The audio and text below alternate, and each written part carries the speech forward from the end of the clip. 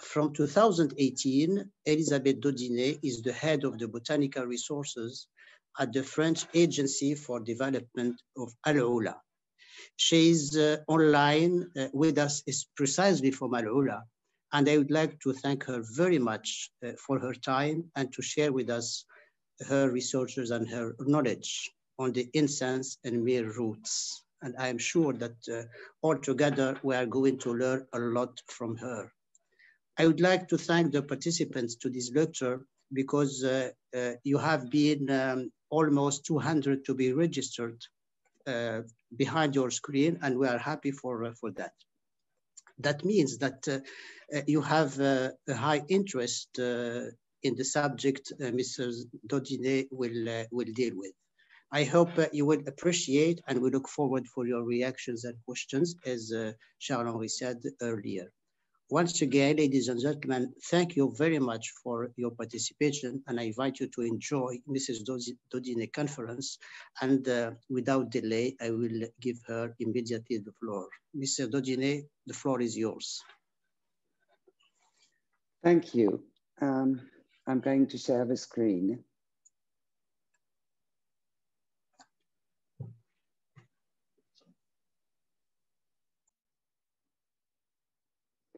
Okay, I want to thank the General Consul, His Excellence, Mr. Mustafa Miraj, for inviting me to talk in this cultural cycle of the Entretien de la Mer Rouge. It is a great honor to be with you today to share some of my work on the resins and incenses that made this famous incense and myrrhe root, carrying aromatics along the long tracks of desert and harsh environment all through the Iron Age and the Hellenistic and classical times. After an introduction on the setting of the road, I'm going to take you into the aromatics that were traded over such long distances and how the sources that are available can help us to understand what they were. Oops. A word of caution before starting. You need to keep in mind that in antiquity, as nowadays, the words incense as a raw or composed material that is burned to produce aromatic fumes, and frankincense, the resin from boswellia trees, are different entities. One covers a category of products, not all nicely fragrant, the other, the resin of a specific tree.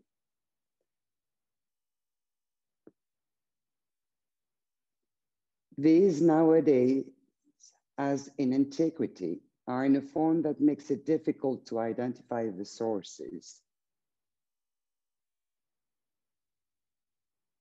Moreover, they encompass many different products, thus are prone to confusion. Al-Ula, where I lead the botanical projects now, became a significant post on the incense and myrrhe trading route when the northwestern Arabian kingdoms, Libyanites, DODINETs, then the Nabateans, took over an active control on the trade in the Hellenistic and Roman period. The caravans along this road are not really documented before the 8th century. The genesis is linked by scholars to the domestication of camels that took place somewhere between the end of the Bronze Age and the beginnings of the Iron Age. The camels, replacing the donkeys, allowed to sustain long routes in harsh conditions. The routes, as you can see, were soft north routes with one branch to go either to the Levantine seashore, where the goods could feed the Levantine states up to Turkey, or be traded in the Aegean and Mediterranean, and a second branch heading to the then Assyria, current Iraq.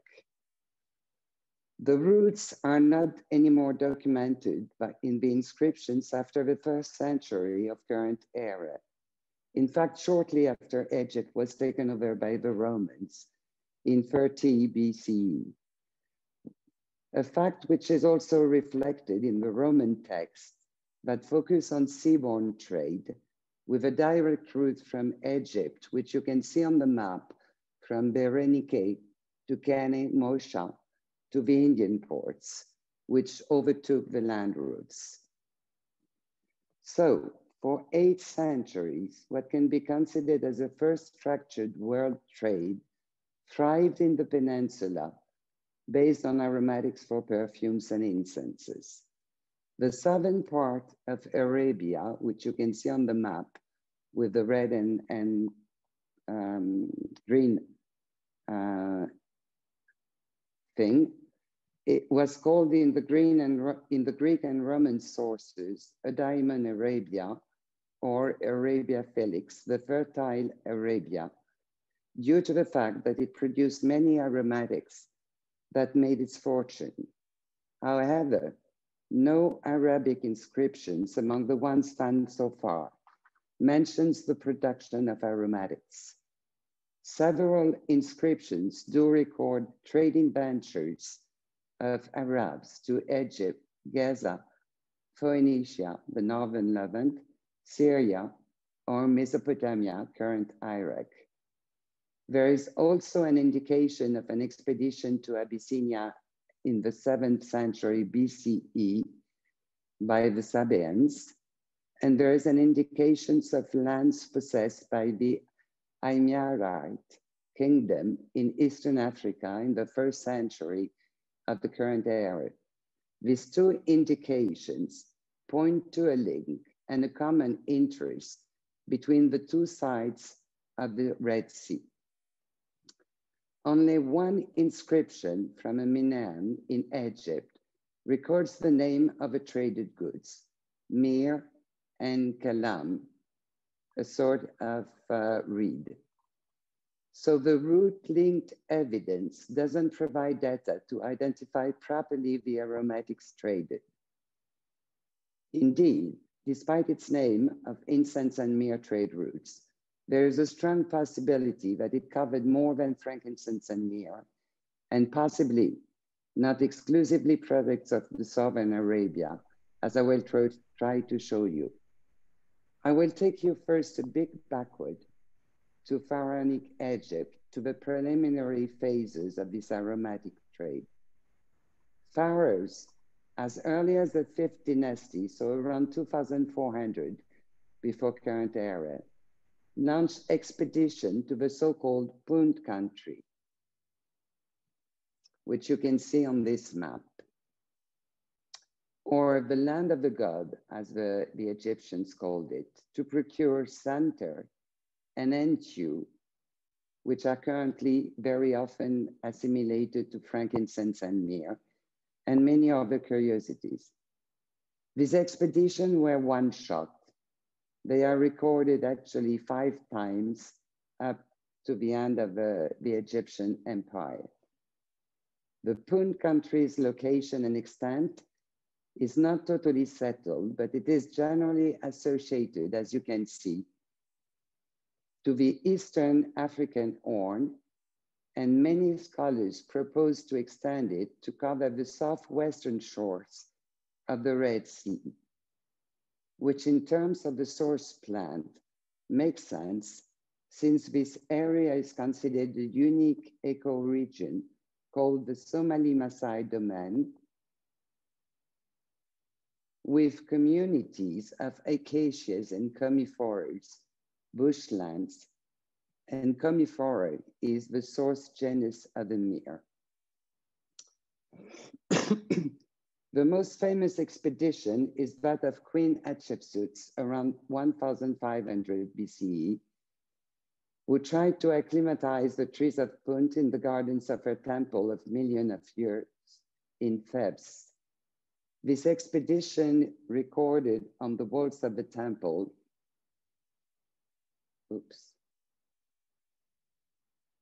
is a rich source of indications about the country where these aromatics were produced. They display the habitats, stilt huts, and the palm tree Aiphainetibaica, which can be found in Egypt, Eastern Africa, and on the western shore of the Red Sea, as also in Alula and in Reiba.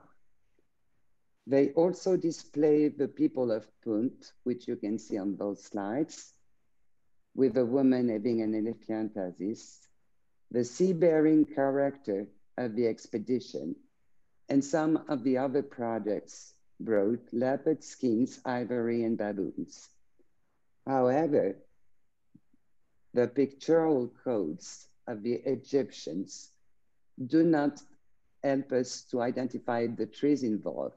As you can see in this picture, which is supposed to represent an entu, a myrrhe tree, it actually looks like any other green tree and cannot be properly identified. Getting back to the incense and myrrhe trade route of the Iron Age, we have 4 sources that need to be combined to uncover the aromatics actually traded.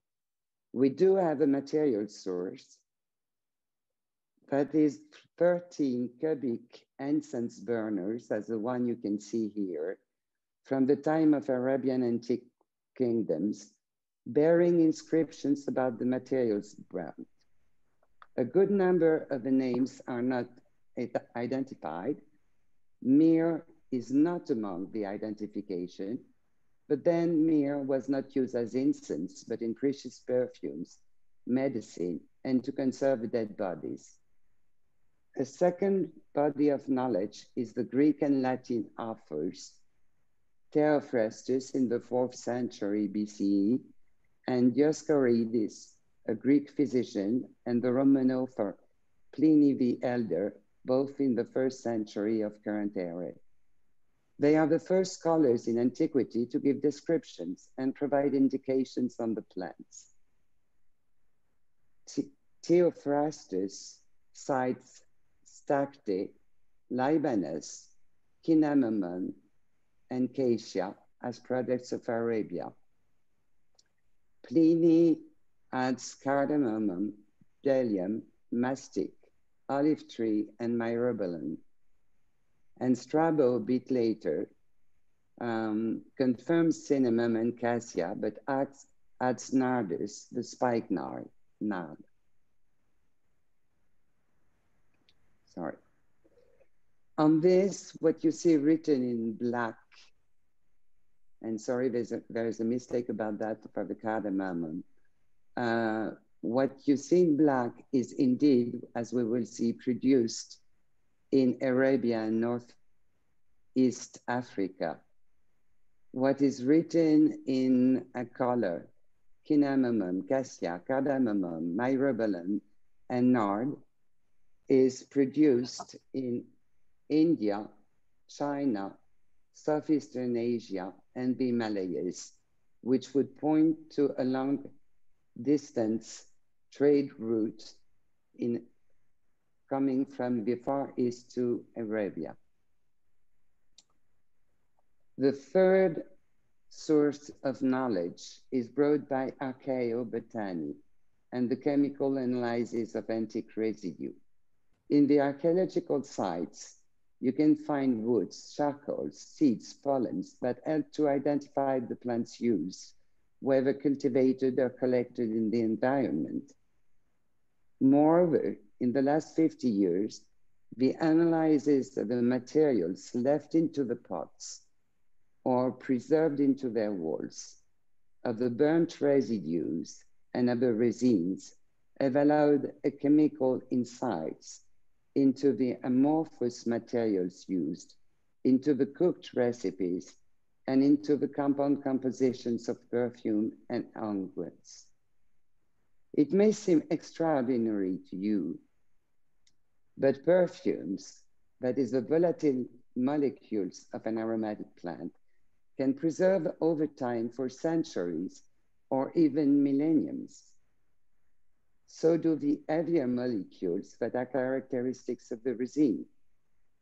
If you had the chance to open a mass book from the 14th century CE, you would smell a slight incense and juniper perfume preserved in the pages.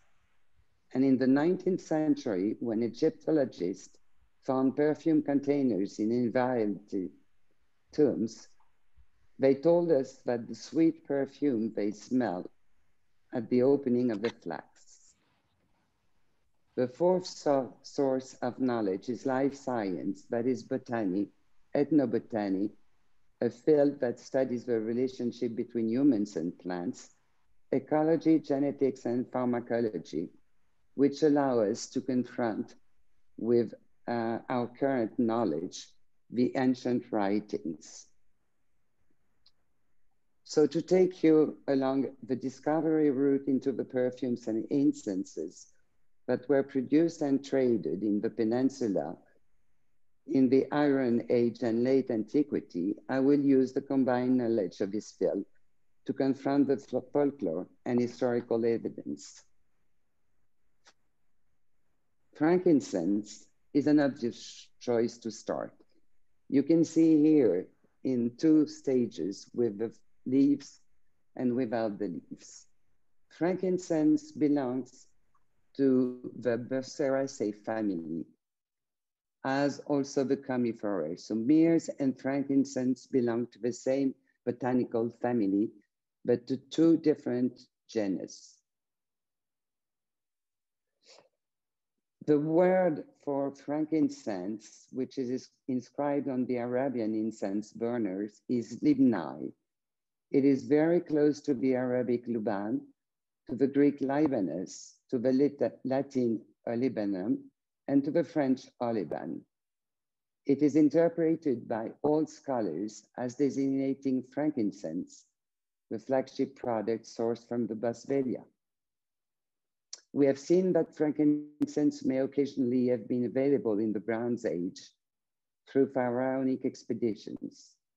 In the Iron Age, around the Mediterranean and in the Levant, if we follow the text, frankincense becomes the reference incense, a precious and costly aromatic. The Roman Empire was actually importing huge quantities to be burnt on rituals, both for the gods and the dead, and to be used in perfumes and medicine. Pliny says it is the cause for the huge deficit of the trade balance of the Roman Empire, which is why the Romans led expedition to take control of the trade in Arabia and successfully managed to do that. So,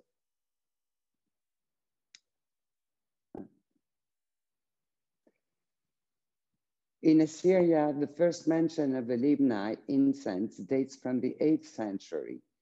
And in Greek, it comes from the Sappho poetry in the 7th century, which confirms or seemed to confirm the role of frankincense in the Iron Age. But oddly, Libna is not mentioned in accounts of the Sheba queen, nor in the goods that the Middle Euphrates king took over from Taima, a trading post northwest of Alula. So the most prominent species is Boswellia sacra, the sacred Boswellia. It grows on both sides of the Red Sea.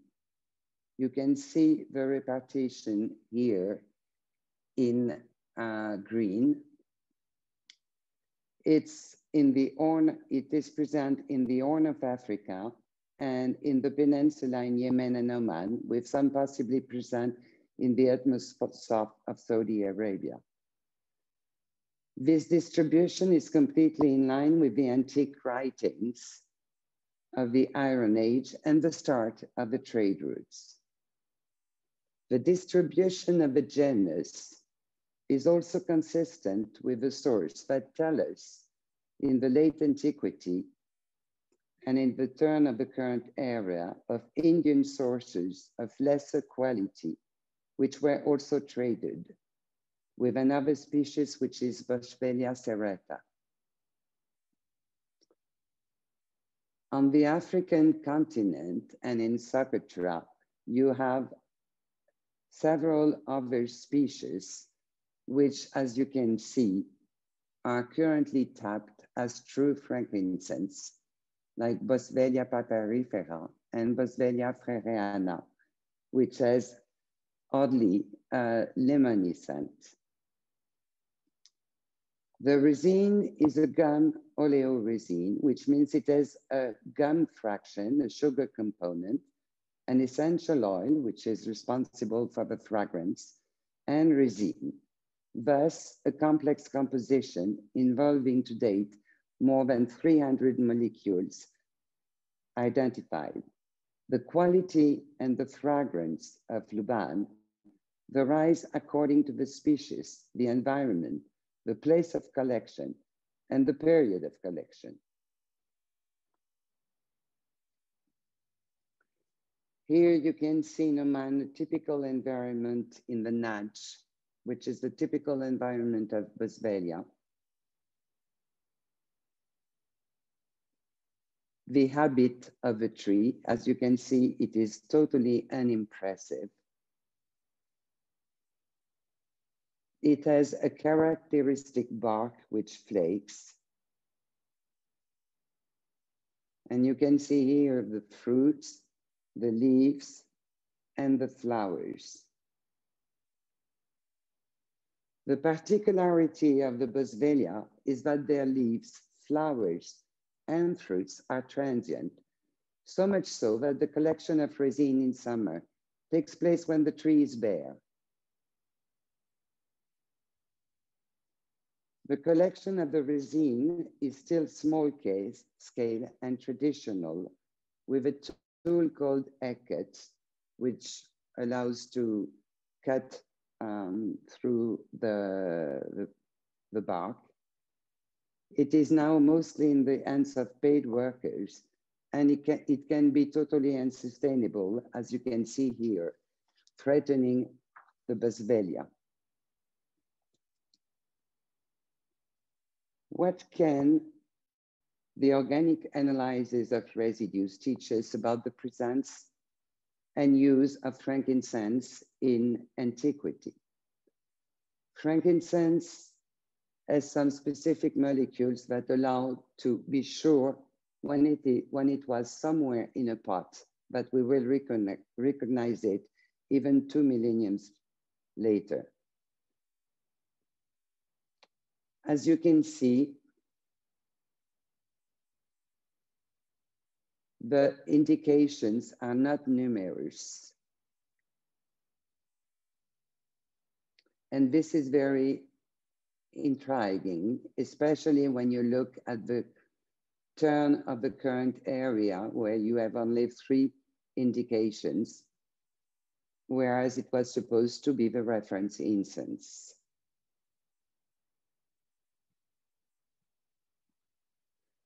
There is even more intriguing data, since frankincense is not found where one should weight it. There were 2 sets of analyses in Sumuran Corel Hori and in Nabatean specimens, and none of them yielded frankincense. In fact, in the Nabatean specimens, the incense revealed to be Canarium. Canarium is also a Burseraceae, but a different genus, and it is represented in Africa. And in Sumuran Kor El Hori, the residue was a pine resin. And if we push a bit further in the time to look at late antiquity and Middle Ages, in the site of Sharma, which is supposed to be the reference incense trade port at the time, 80% of the resinous material are identified as belonging to the legume family, to a genus of trees, Hymenaea, which in fact produces copal. And only 2 samples were from frankincense. But there is more. As the archaeometry specialists, the researchers involved in chemical analysis of archaeological residues, accumulated data, and other major candidates for the incense emerged in the Levant and the Mediterranean in antique prestigious sites and luxury contexts. It all started with two major bodies of discovery in Egypt and the Levant. The first one happened in the site of Amarna in Egypt. Amarna is an extensive Egyptian archaeological site that represents the remains of the capital city built by the pharaoh Akhenaten in the 14th century BCE. Some storage jars, which you can see on the left, were labeled center. You remember the center of Punt, which is assimilated to frankincense, with thick deposits on their walls. And some burned pot herbs were also retrieved, which were considered as domestic incense burners. They were all analyzed by a team from the University of Dartford, and they turned out to be from Pistachia, the genus of the pistachio tree. The research pushed further and identified the provenance of those jars, which came from northern Levant, as you can see, up to Lebanon. A second major discovery at about the same time came from the Uluburun shipwreck, which you can see here in a reconstitution in the Museum of Uluburun. This was a wreck bearing a luxury cargo, probably bound to or from Egypt, with a circumnavigation around the Aegean and along the Levantine coast in the late Bronze Age, around 1200 BCE. It was, you can see here a closer shot of the load with copper and those jars, which you can see here in situ. Those jars were half full of resins, and this resin was again analyzed, and it was positively identified, as in Amarna, as coming from a pistachia species. Some additional studies based on a small snail, which is an endemic one of northern Levant, allowed to further define the area on the north of the Dead Sea, where the resin was produced, and the species Pistachia atlantica. The discovery of pistachia, as you can see here, are more important than those of the frankincense, even in the Iron Age. And with uses in incense, unguents, to flavor wine, to make perfumes, and in rituals. The distribution of the pistachio trees extends in the Mediterranean, in the Levant, Iraq, Iran, Afghanistan, in Egypt, and in the Arabian Peninsula, in Oman, Yemen, and in Saudi Arabia, all along the western shore of the Red Sea. Several species are present, although they are not all positively identified, or at least the botanists do not agree on the exact species that are present, but 3 or 4 are accounted for. You can see here pictures of the pistachio trees. The right one is in Oman, the left one is in Alula, in a wadi.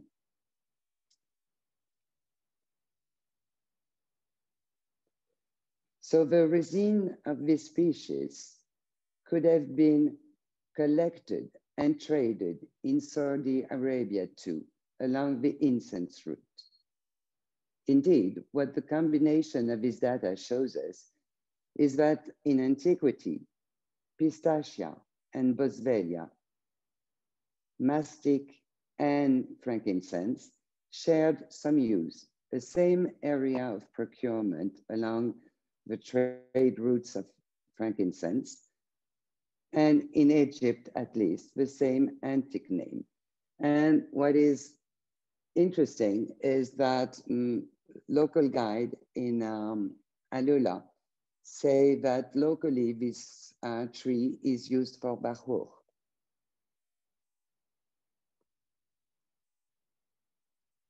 Oops. There is even more intriguing. Here you can see a foundation jar retrieved from Hatshepsut, who is on the right, Hatshepsut's temple. It was used in the foundation depots, and they were analyzed for content. We would have obviously waited for frankincense or myrrhe, because this temple is all devoted to our expedition in Punt. In fact, based on the chemical molecules identified, the most likely botanical sources were narrowed down to Styrax officinalis, a Mediterranean component which produces resin, or Liquidambar orientalis, an endemic of northern Syria and Turkey. These two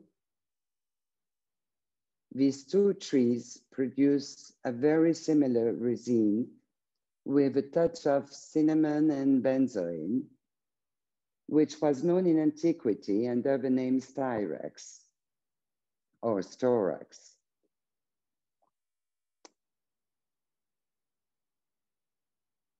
Pistachia species resin and peach from pine family were also retrieved in those foundations. So we have 4 components: Styrax or liquidambar, pine resin, and pistachia resin, but no frankincense and no myrrhe. This was very disappointing. Sorry, I forgot to tell you, there was a bit of cedar also. Storax, interestingly, so the resin produced either by liquidambar or by Styrax, is cited in the writings, the antique writings of Greek and Roman authors, as the thing that the Arabs burned to repel the snakes that were protecting the frankincense collection sites. So there is a link in the writings between Storax and Styrax and Arabia. And it makes sense, because when you do caravans south-north, why wouldn't you bring back some of the goods of the north back to the south? So this analyzes, and some of this that you can see here, hints at admixtures.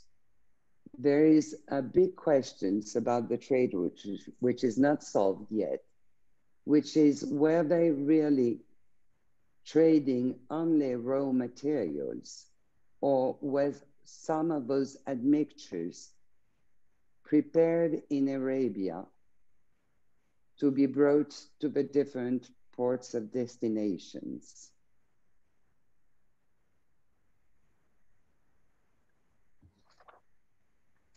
The second component of the road is the myrrhe genus.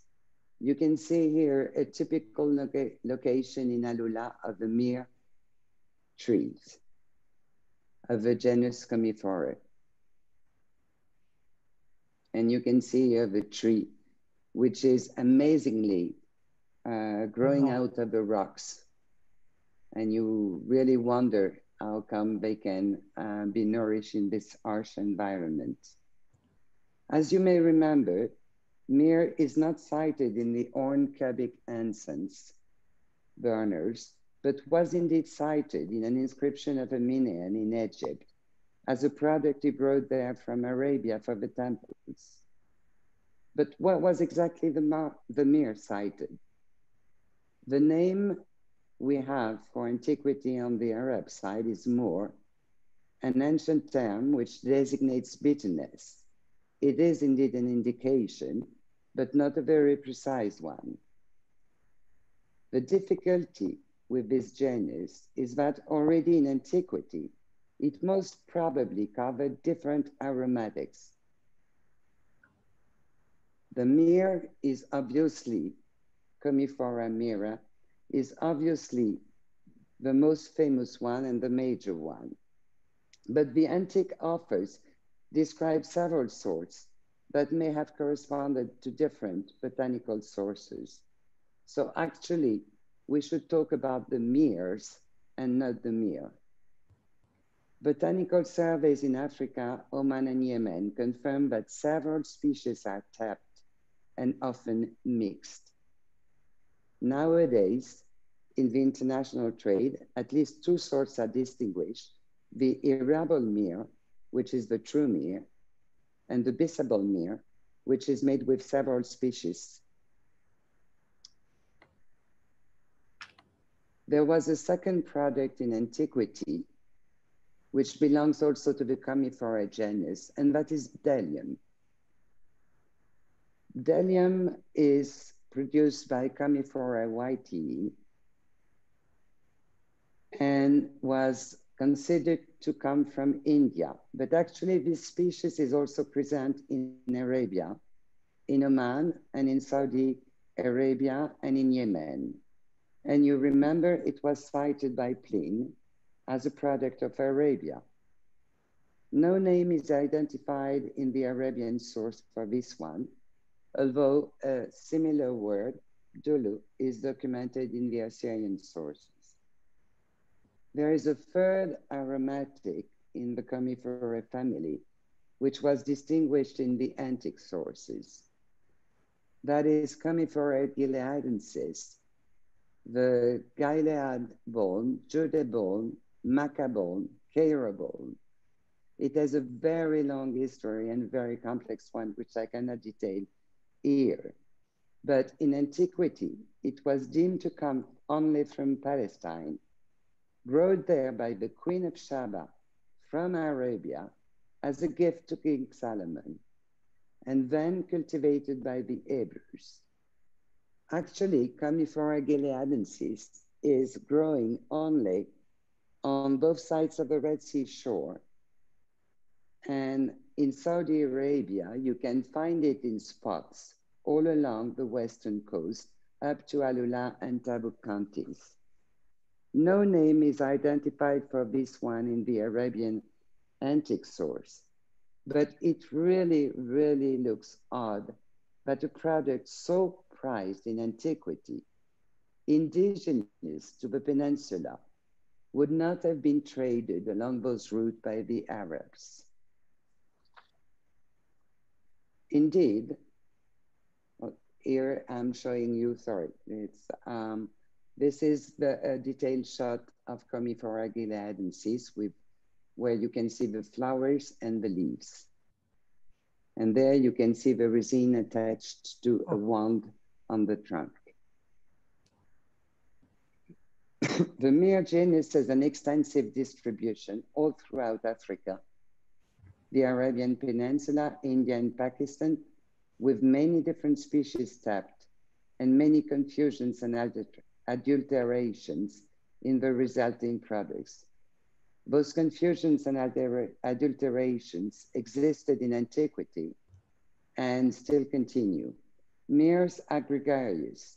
That is, when you find a spot, you often have 2 or 3 species together. And I very much doubt that the collectors in antiquity would differentiate one from the other. They would simply collect the resins on the different trees.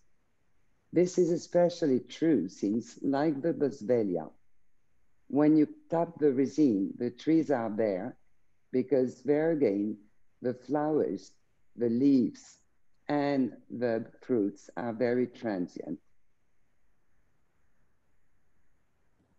Again, as for the pistachia, the scholars do not agree yet to the species present in Saudi Arabia. You can see here shots. Commiphora myrrhe is definitely one.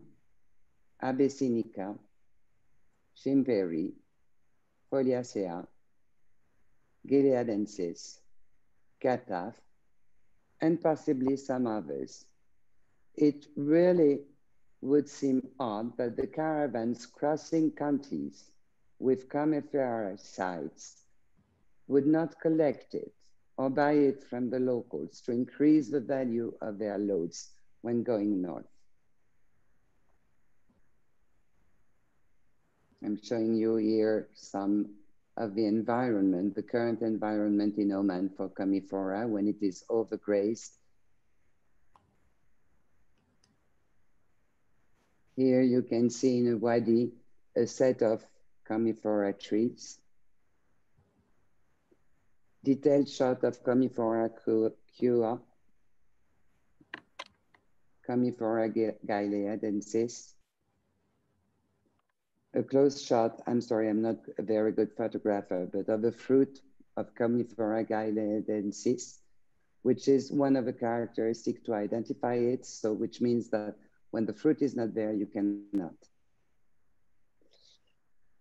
However, and although myrrhe was very much available, Commiphora resin has been identified only in unguent containers from the Middle Empire in Egypt.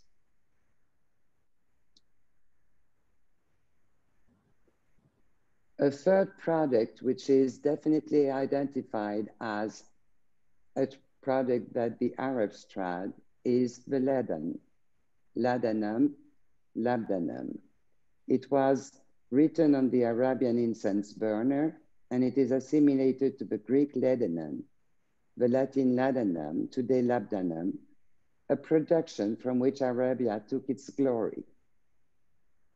This resin comes from sister species, the rock rose, and there is an issue because they are not really present in Arabia. It was supposed to be collected in the northwest of Arabia, but more likely, in fact, in the southern Levant by the Nabateans. It is a component of the Mediterranean vegetation, and it is still used in perfumery. You can see here the two main species, the western one, Cistus ladaniferis, which is the source currently of a labdanum used in perfumery, and Cistus creticus, which is the eastern species represented in Eastern Mediterranean. And here you can see the glands with the resin, which cover all parts of the plant, and the whip with leather stripes, which was used to collect the resin. Actually, in antiquity, the story was that the Arabs collected it in the beard of the goats that went into the maquis to feed.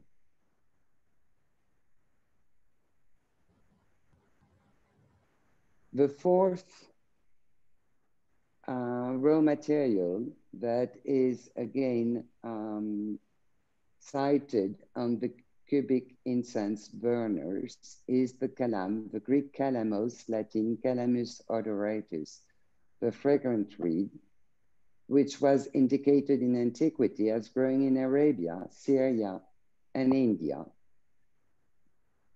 The current interpretation is Acorus calamus, which you can see on the left, but the sweet flag, but one can question that identifications because the sweet flag doesn't grow in the locations, in some of the locations cited. And actually,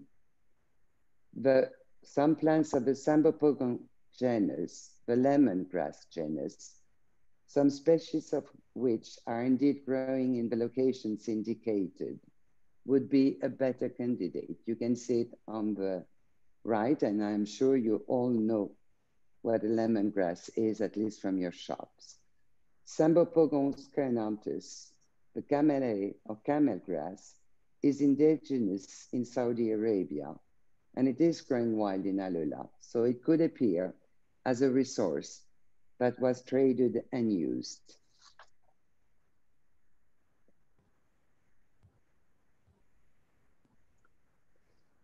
Cinnamon.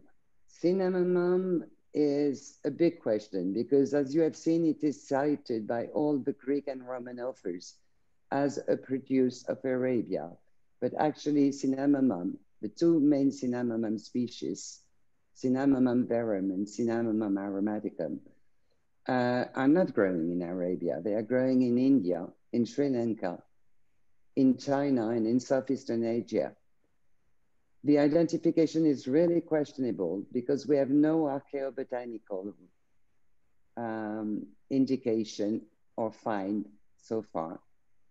We have one indication, but of a bud in a temple on the 7th century in a Greek island. And this is considered doubtful by many archaeobotanists. And we have a doubtful indication for some residue analysis performed in Israel, but which could probably be better identified to storage. So cinnamomum was probably not traded, or we need to imagine that as early as the 4th century, the Arabs had already invented a sea-borne route to the Far East. The most likely hypothesis is that some other resource yet to be identified bear that name of Cinnamomum and Acacia in antiquity. And I will finish with something which is not a resin, but a tree which is very close to my heart, Moringa peregrina, the ban tree, which produces a precious oil. It is an indigenous tree of both shores of the Red Sea. The oil was in antiquity used in the most exclusive perfumes and was said to be produced in Arabia. In later texts from early Islamic period, it is said to have been traded in Wadi Qura, which is the name of Alula at the time. And we can consider it would be really strange that such a precious oil was not circulating along these routes. Thank you.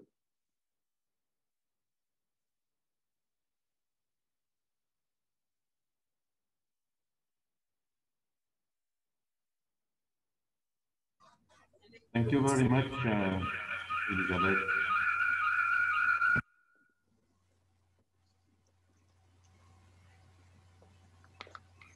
I guess some of you have some questions, and maybe to launch the Q&A, I would like to ask you if it's possible to evaluate from your research and from the knowledge which is shared on this topic, to evaluate the intensity of the trade during this long period, if we can compare with some contemporary evaluation of trading for the number of workers, maybe how many merchants were involved in such business. It's, maybe you can have elements to share, or maybe not, I don't know. Thank you. As I outlined in my talk, we actually have very few indications. We have, from the Arabian period, we just have the inscriptions, and the inscriptions talk more about cult, rituals, power, fights, not so much about what was produced, actually. So we don't have many indications on the loads, on the quantities that could be borne by camels, on how many expeditions per year, and on the number of merchants that were involved. So some scholars do work on the quantities, but it's very difficult to appreciate. What we can say is that it was a regular trade. It was regular procurement of aromatics over long distance.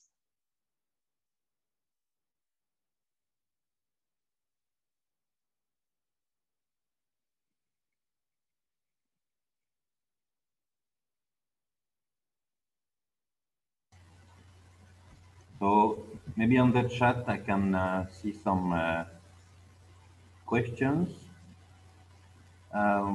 One is please elaborate on the different types of Boswellia found in Yemen and Oman and Somalia.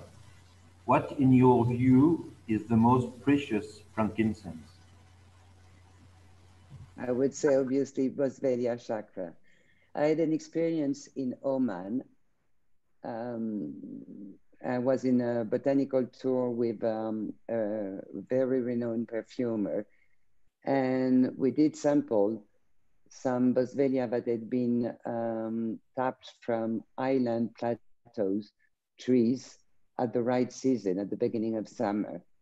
And this perfumer told me he never got this quality on the international markets. And the international markets are mostly made currently of African Boswellia. There is very little contribution of the Arabian Boswellia sacra, to the international trade today, but it can be really an amazing frankincense in terms of perfume. It has a really unique fragrance. So I would say this one is the best. Boswellia freyeriana is an interesting one because it has got a lemony touch, which gives another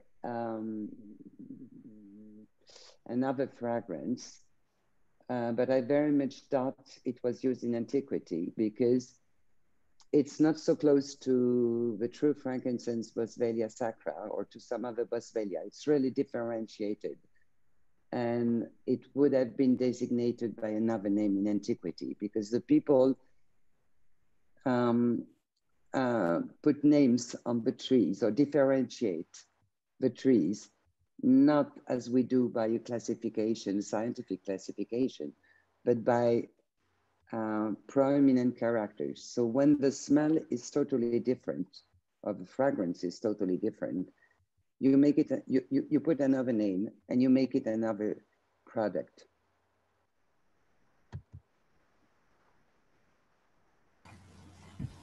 So let me share another question. Valentina is asking, why hasn't cedar wood also considered in the route? Well, why is it considered or why is it not considered? She wrote why is it not, it is not. Oh.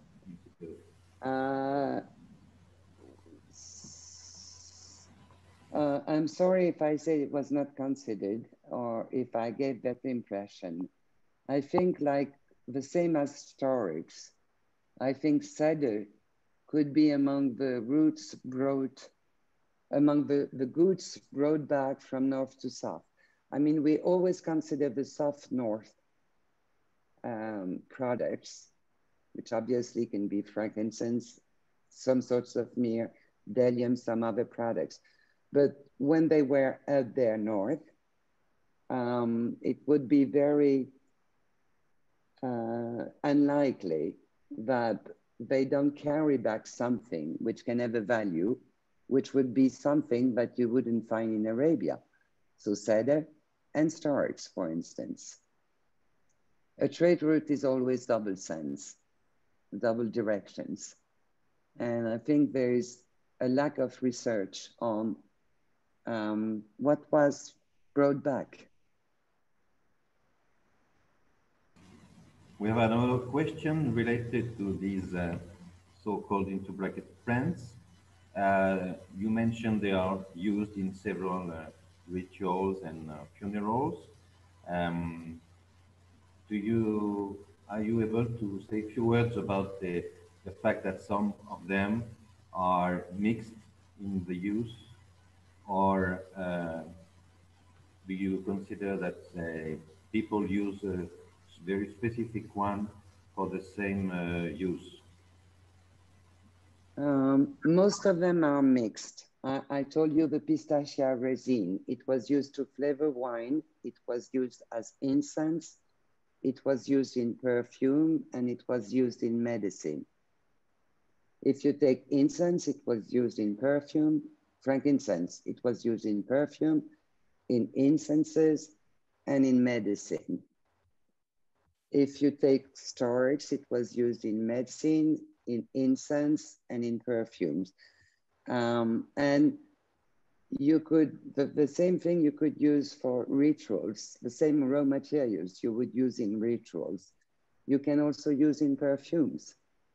So the differentiation between the sacred and what is not, between ritual and everyday life, is not so well cut in antiquity as it could be now. One question from Hala. She said, what is the current situation of Boswellia sacra from sustainable exploitation point of view? It is very much endangered, not critically endangered, but endangered due to the combination of three factors: overexploitation, climatic change, overgrazing.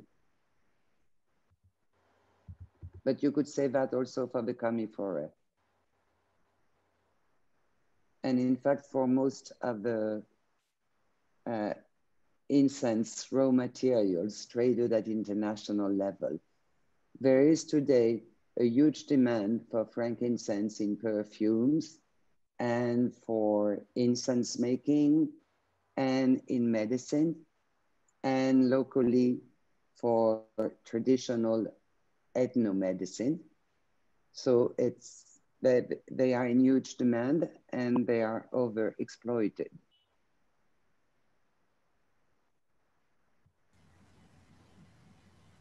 Thank you very much. It seems we don't have any more questions. I have one strange question to end, maybe, if you don't mind, which is, would you say in a way that ancient truth is still alive?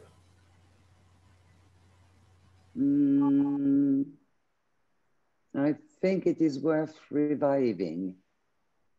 And I think it is being revived in a way with the different projects in Saudi Arabia, which are revitalizing or creating spots that will be linked along this imaginary line that we can draw.